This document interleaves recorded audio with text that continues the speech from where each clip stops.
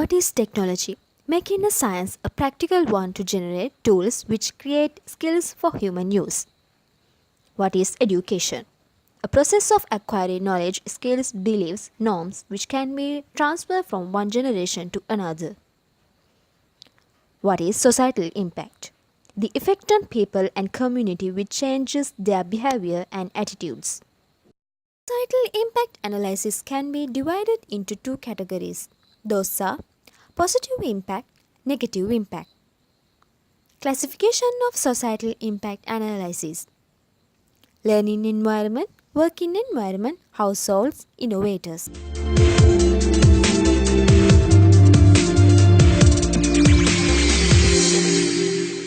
Learning environment. Kids can learn the basics of spelling, counting, and other early educational lessons through computer games. And students can learn lessons through computer games that make learning fun. For an example, educational games. Students can learn remotely without being in regular face-to-face contact with a teacher in the classroom. Distance education is the best method for this. Students can use the internet to virtually connect with other educational institutes in faraway places. Example, web seminars. Deaf students have increased their social status as their teaching methods has been changed.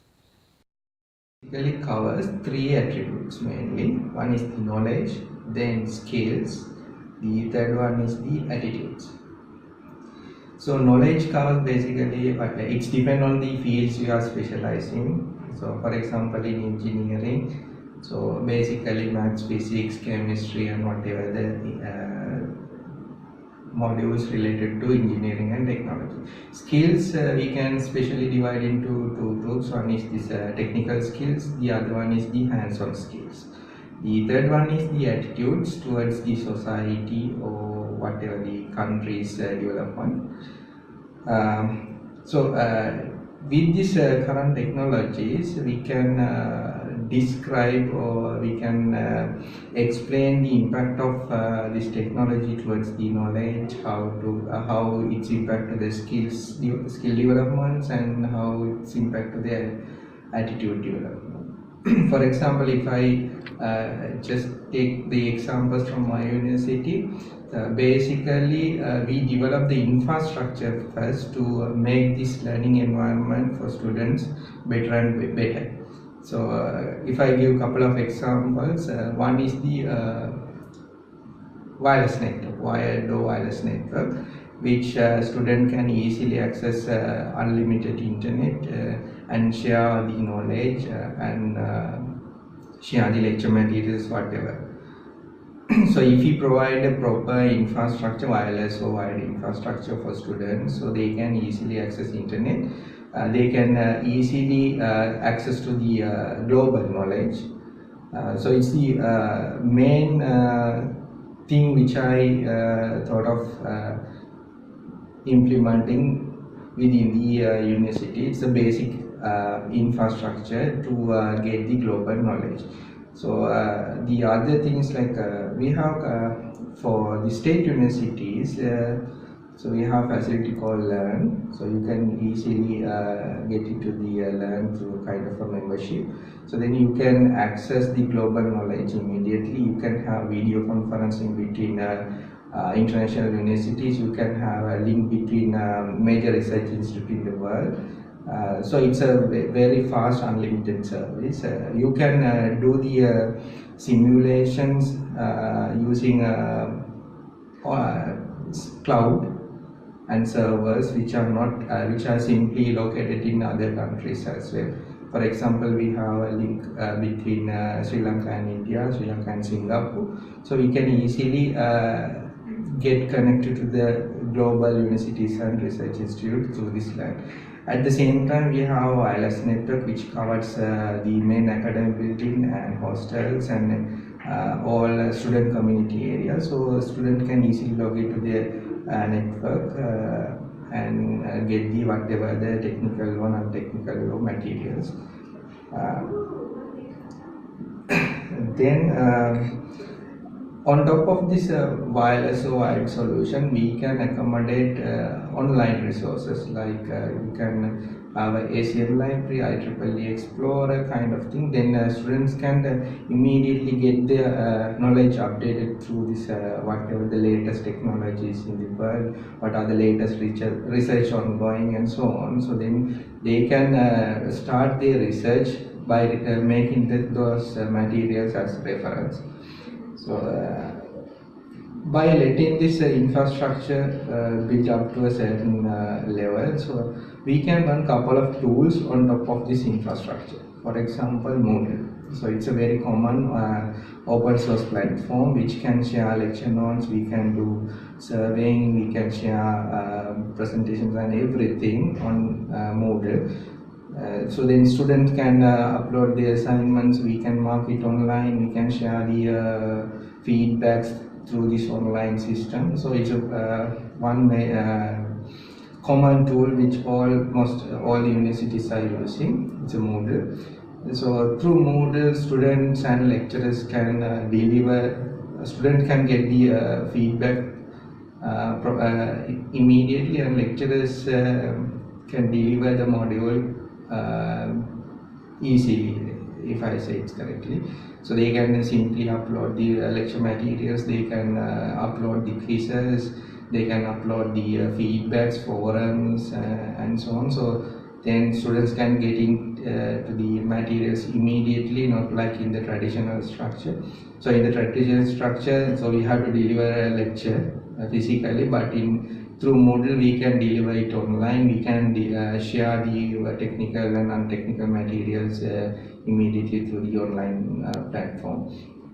And also so we have a library management system called Koha, which is again a common tool which most of the institutes are using. So through Koha they can we simply automate the library system, so they can reserve the books, they can borrow or lend the books through this system. So students no need to physically be in the library to get this stuff done. So we can do it everything online. So again we have this educational management information system for EMIS. Through EMIS we automate all student activities. So from the student registration onwards, so we can automate up to the getting the transcript at the end of the degree program. So every process is simply automated through EMIS. So it's it's make this student life easy. Then again, like we can make this learning environment more smooth and smoother by applying different technologies. For example, we have a smart board concept in our lecture rooms. So through smart boards, we can have interactive type of lecture delivery.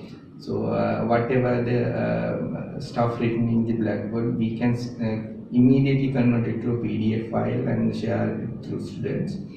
So these kind of technologies impact to the students to get the knowledge very quickly. At the same time, the delivery of the lecture is very smooth and comfortable for the lecturers. But at the same time, I felt like applying this kind of technologies may create kind of a huge gap between the students and the staff. For example, everything is now in online. The students believe that no need to come to the lectures, and so they can simply get the technical or non-technical material from the online tools. So the trend now is like they are simply avoiding physically being in the lectures. But what I felt is like so as a university we are not delivering, and the teaching method is completely different than the traditional teaching method which we experience up to the A levels. So here we are delivering lectures, which means it's not a technical talk. So we are simply sharing the knowledge of these professors, doctors and senior academics. So this sharing this knowledge is the main component in the university. it's not like delivering a technical talk, so it's completely different. So the students perspective, so they feel like no need to go to the lectures, so they can absorb whatever the knowledge through this YouTube, or and there are a lot of online courses, online lecture notes, slides in the web, so they can easily access those. But so they cannot get the experience of the senior academics who are involved in research and teaching for several years. So this is one disadvantage, I believe, that once we introduce this technology, the simply students are disengaged with the staff. So the communication between students and staff is decreasing. I'm seeing that it's kind of a decreasing, following a decreasing trend. So again, like so they believe that they can do research using those tools and so on, but mainly the sharing this experience of this academics is a must to get the proper knowledge to the students. So there are a lot of advantages, as I mentioned in the previous, by applying technologies to the learning environment. But at the same time, if we anyhow improve this communication between students and staff, and remove the gap between these two entities, so we can effectively and efficiently use the technology, and we can simply move from the traditional learning environment to the modern learning and teaching environment.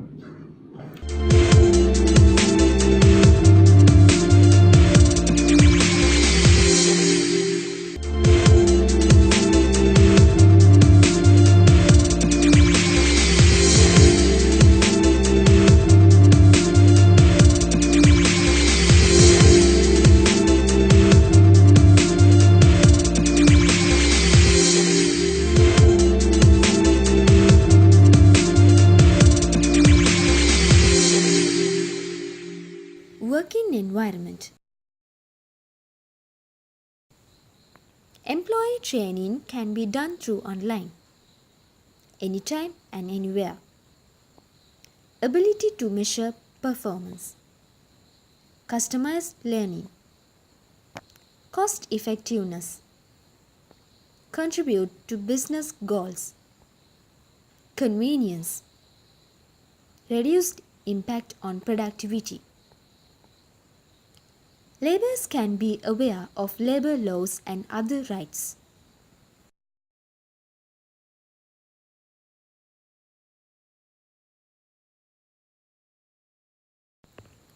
Households. Teaching your kids online cooking recipes. Assist to enhance female self-employment. Hello everyone, I'm Vitara Manage, an undergraduate of the University of Kelaniya, the Department of Commerce and Financial Management. So today I decided to share one of my personal experiences with you all, and to make it clear for you how the technology has helped me in learning new things in life and educating myself. Today I'll be not talking about my undergraduate life but about something else. People who know me might know that I own a little homemade baking business called With Love Vithu. So basically what I do is I make finger foods, snacks, desserts, cakes and short eats, and deliver them to my customers whenever they need them for their small parties, get-togethers and other little functions. So this is an online business, and I post a lot about my business and my creations of food on Instagram, Facebook and other online platforms. And when I do, I get a lot of inquiries asking about how I learned to cook, as in how I learned to make all this food. But it is very fascinating for people when I say that I have never attended a cookery class or a baking course or anything, or that when I say not even my mom has helped me out with teaching these things to me. And then they ask why again, I would say that I have learned all these from internet. Yes, it is true. I have learned myself and educated myself about cooking through the YouTube videos, the little tutorials you find on Instagram, and by downloading recipes from the internet and trying them out. So I think even though I've always wanted to learn how to cook and how to make desserts and everything, and beautiful dishes. So, but my time schedule is a bit tough because I'm a full-time undergraduate and I have a lot of other things that I am committed to. So I actually have no time or even the no financial sources that I could attend a good baking course or a cookery course. And I find this a very convenient and efficient and cost-friendly method to educate myself when it comes to cookery. Also, this learning of mine has helped me out to find two business opportunities, one being the homemade baking business of mine, and the second one is I'm working in collaboration with an online magazine called Yamu TV, which is actually the pioneer of the e-magazines of Sri Lanka. And currently I am working as a recipe presenter for Yamu TV.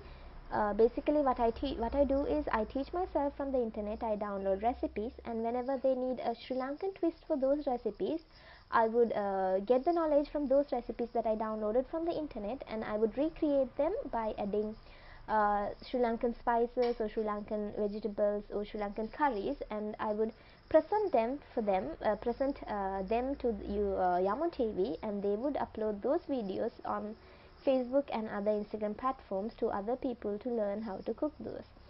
So I think internet and technology has made my life so much easier when it comes to achieving my targets in life, because I am hoping to study entrepreneurship in next year, and that is to open up my own cafe chain in Sri Lanka.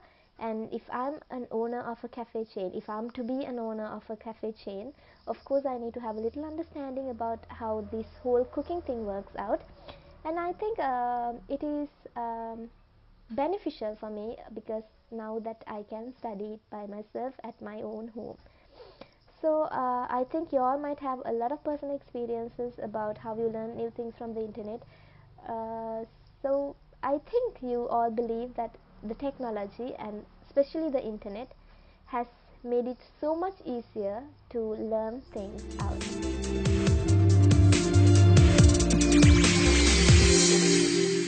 Innovators. Present education scenario is greatly influenced and highly driven by technology in modern society.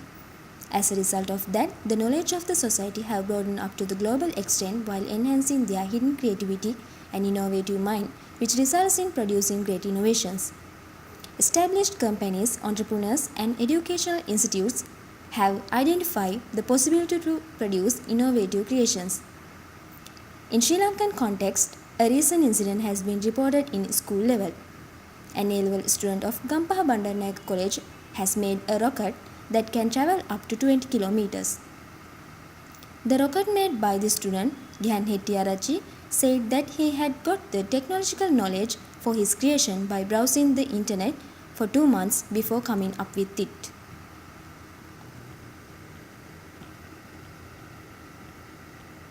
I am Gyan Hettiarachchi, a student of Bandaranaike College, Gampaha. I sat for A-level exam in 2018 under technology stream. My hobby is producing remote control airplanes, electronic circuit, and new inventions which are useful to our country. My new invention is rocket, which I was produced in the school exhibition X-Band 2018. As I have been engaged in this field since my childhood, it was not a difficult thing for me. I used to go gather information on engineering and electronics using internet. I used to watch many videos related to innovation which are related to this field. So I got a good knowledge and interest to create a new thing on my own. As a result, I have prepared the pocket. In my A level, I followed subjects like engineering and information technology. When I study those, as I have engaged in this stream for a long time, it was easy for me to do my studies in the classroom. And for practical exam also it was very helpful for me. By engaging in these types of self-studying with the help of internet, I was able to learn many things more than what I have got in the classroom. I have gained many achievements by doing innovations to local and international level. So I think the technology what I have used to do my educational achievements has created many positive impact on me. Negative impact. Lack of physical interaction, decline in writing skills, increasing incidence of cheating, technology related diseases, example, mental and physical problems, privacy and safety risk, changing the children's mindset.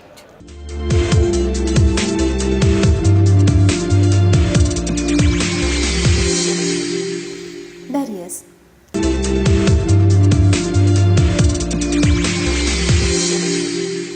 Lack of professional development. The lack of professional development and support has become a barrier to the effective use of technology in education.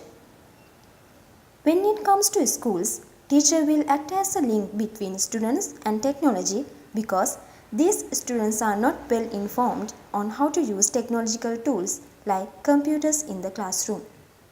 So, if teachers have no training skills on using technology for educational purposes, then students will also miss out on these skills. There is a lack of training programs to teach these teachers on face. They can use technology to simplify their job and also make it easier for the students to learn better. Resistance to change. Another barrier of using technology in education is resistance to change. Some teachers have refused to change from the old way of doing things. Also, teachers and schools give so many excuses for not using technology in their education circular. These excuses include not having enough computers, not getting enough technical training. Then other teachers argue that the process of learning technology and how to integrate it in education take too much time. Then there are others who feel that technology might replace them. So instead of losing their jobs and all methodology of teaching, they refuse to use technology in education. Lack of innovation. Using technology tools requires a certain degree of creativity. The most challenging thing about technology is that we do not stop at learning how it works and how to use it. We must also find ways of integrating it in most of things we do on a daily basis. Technological tools are designed to do more than just one task. Access. The lack of effective access to technological tools has also acted as a great barrier towards the effective use of technology in education. Many schools and teachers have no access to technological tools like projectors, which can be used in visual illustration in the classroom. Some schools do not have enough computers and they even lack access to internet, which can be a greater use in academic research and learning. Conclusion.